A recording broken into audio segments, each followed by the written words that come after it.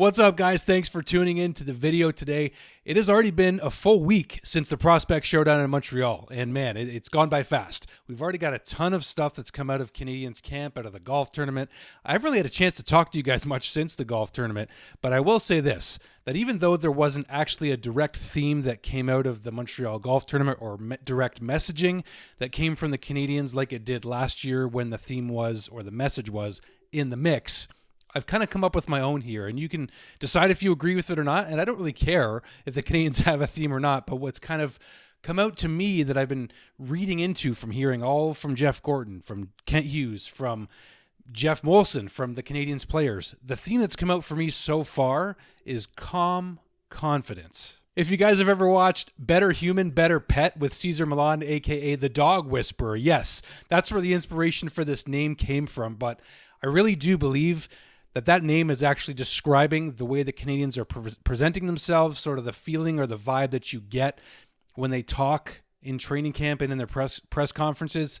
That's what's come out to me so far is calm confidence. The Canadiens are really looking to take a major step this next season. I say major, but I really believe the Canadiens are confident and they know themselves that they expect this year to be a playoff team. I think as fans, we all should also. And some of the teams that are going to be vying to fight for that last playoff spot, the way the Canadiens did last year, are going to be climbing up. And I'm not going to get into who that's going to be yet. But the Canadiens, to me, this feels like, in a way, their playoff spot to lose this year. They had everything to gain by making the playoffs last year. And those 5 games of experience really did add a lot of much needed experience for this still the youngest team in the NHL, especially at that time, the youngest team in the NHL to make the Stanley Cup playoffs when they did last season. There are so many storylines that we could talk about. And let me just say up front here that looking at the scrimmages, the practices they've had in just a few days here of training camp so far, I'd love to say I could give you a lineup prediction, but right now, all I know is it's still very much going to be a battle in training camp.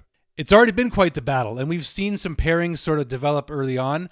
I think sort of the 2 lines or pairings that I think are jumping out that probably could have a good chance of sticking together a lot of this season, or most or all of it, is the pairing on defense, first of all, of Mike Matheson, who looks just rejuvenated and relieved to have a right-handed shot pairing defenseman in Noah Dobson.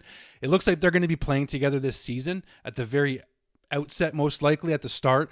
And I think that Jake Evans, Brendan Gallagher, Josh Anderson as a line, as a trio, they very much look like they could be aligned this season. The 4th line, to me, if you even want to call it that, because I know Marty St. Louis loves to roll 4 lines and doesn't necessarily like to number his lines, but the biggest battle to me is going to be on the 4th line on whoever is going to be positioned at center, left, or right wing, because last year, Jake Evans was the 4th line centerman, and he's also lost 2 of his wingers and now maybe getting a promotion, if you will, to the 3rd line, however they decide to roll them out. But if Evans, Gallagher, Anderson ends up being your 4th line, that's not a bad thing either. It's pretty interesting to see Owen Beck actually being placed on the wing in training camp here. He actually played a bit of the wing for the first time in his pro career, and even maybe looking at his junior career, I don't think he played much wing either. He's been more of a center, but he's been playing the wing here so far at training camp. Beck played on the right wing today with Alex Newhook at center and Bolduc on the left wing, and I got to say that looking at the lines, I'm thinking like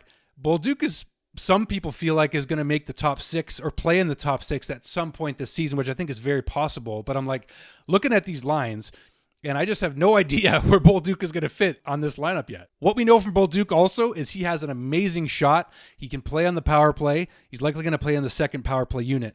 But as far as who's going to make this team out of training camp, I think that's the one thing we can agree on that is of very much interest to us as fans right now. Marty St. Louis mentioned how Owen Beck specifically, when he's playing his game, he's playing physical, he's playing smart, he's playing responsible defensively, he's getting in on the forecheck. And I can tell you that from at least the rookie game, it looked to me, and I noticed Owen Beck playing a more physical game that I've seen him play in the past couple years here. When it comes down to it, I do think, and I kind of agree with Tony Marinaro on this one, I kind of expect Joe Veleno to make this Canadiens lineup, not because he's going to have the job handed to him. He's got a lot to prove. He's on a one-way deal with the Canadiens, which means he's not waivers exempt. So if he makes this team and earns his spot on this Canadiens team, he's been a centerman in the past, as we know. And I know I learned my lesson. Joe Veleno is not a face-off specialist. That being said, Owen Beck in his junior career was a face-off specialist. So do we see some version of Owen Beck, Kapanen, and Joe Veleno forming your fourth line? Also auditioning for that spot will be, yes, Florian Jacki and Samuel Blais. So I think Blais could be the 13th forward maybe, or maybe it's going to be Joe Veleno. You don't want to give Florian Jacki, you're going to give him ice time for pretty much from here is what I'm trying to say. To me, looking at Florian Jacki playing alongside Tuch and Thorpe, that sounds like a pretty darn good line for Laval this season, and those guys could log a ton of minutes, and that's what I expect is that Florian Jacki will go to the Laval Rocket. I think he'll be one of the last cuts at training camp this season. That's what I believe, but we're also going to get a chance to see some of these guys in exhibition games too. Speaking of getting a chance to see some players in exhibition games, we saw a bit of a tender moment from Kirby Dach today. Let's just say that I just prayed for Kirby Dach, and I'm going to keep praying for Kirby, by the way. Kirby had a bit of a what almost looked like a knee-on-knee collision with Arber Xhekaj in practice today, or actually during the scrimmage today, and Kirby went back to the bench, and you could just see that there was a bit of a moment of maybe reliving some of the trauma that he's experienced with his injuries, but Lord help him, keep him healthy, keep him unafraid, I think is the one big thing. And also one of the biggest things that came out of the Canadiens golf tournament was Jeff Gorton, one of the first ones to speak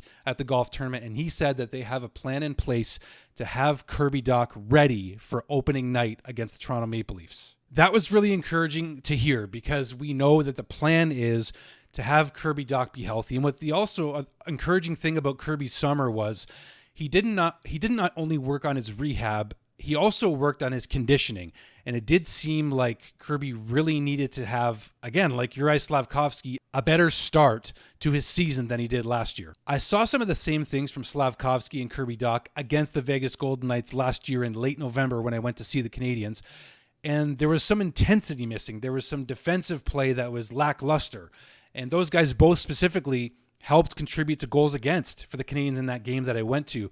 But Slafkovsky mentioned, and this is a big thing I want to bring up too, is that if you watch the Crave series, the last episode that just aired, there was only one exit meeting that the Canadiens actually showed behind the scenes of at the end of last season after the Canadiens got eliminated by the Capitals in 5 games, and that was the exit interview with Juraj Slafkovsky. Kent Hughes and Jeff Gorton not necessarily grilling Slafkovsky, but asking him, what do you think you could do to have a better start of your season? Because Slafkovsky was not happy with his game out of the gate. And like I mentioned, Kirby Dach wasn't either. But Slafkovsky's interview was showed for good reason. They have a lot of faith and belief in this guy. He's still a kid. He's still 21. He's not even a full-grown man yet. And when he grows into that, mentally, physically, he's going to be a force to be reckoned with in the NHL. Kent Hughes specifically asked Slafkovsky, did you see the effect that Tom Wilson had in that series against the Canadiens? Kent Hughes said to Slafkovsky, that could have been you. You could have taken him on. I don't know if he meant in a fist fight, but he could have played up to the physical capabilities that Tom Wilson brought to the game. There is so much more to be had from Slafkovsky's game, and you know the Canadian staff are craving it out of him. Even more so, we know how hard Slav has been on himself, so I expect a great start for him. I expect a good start, a healthy start for Kirby Dach, Lord be with him, and also for the Canadiens themselves. You can tell how important it is going to be for the Canadiens to have a good start this season. Marty St. Louis just said today, their approach so far in training camp has been all business. It's not overly intense to the point where they feel like they have to prove it to the fans or prove it even to themselves, but they know what they have to do to take the next step. They're very, very aware, especially getting a taste of playoff hockey last year. I can't believe I haven't even mentioned him yet, but I'm not going to get a chance to talk about everybody that stood out in camp so far, but Arber Xhekaj, Marty St. Louis particularly complimentary about Arber Xhekaj and the way he has prepared for this training camp and what he's already showing so far in training camp. Eric Engel's tweeting out 2 days in a row about how Arber Xhekaj is everywhere. He's all over the ice. He's getting involved. It seems like he's making better reads defensively. He's playing physical when he needs to. He's playing smarter when he needs to also. We've seen Demidov and Patrick Laine already lighting it up together. We hear the confidence and the joy that Patrick Laine has. And I love how he had a sense of humor about playing with Demidov. And they asked him, how do you feel about playing with Demidov? And they're like, how does Demidov feel about playing with me? He gets to play with me. Gotta love the confidence out of Patrick Laine. I'm not going to get into predictions for stats this season, but let me just tell you that this Canadiens lineup this season, get ready because they are not going to disappoint. Any season will have its ups and downs, its highs and lows, what have you, its ebbs and flows. But this Canadiens team, they are taking it seriously. They are all business, as Marty St. Louis said, and I'm really excited, like I hope a lot of you are, about this season, and I can't wait to see the Canadiens play some exhibition games, whether preseason means nothing to you or not.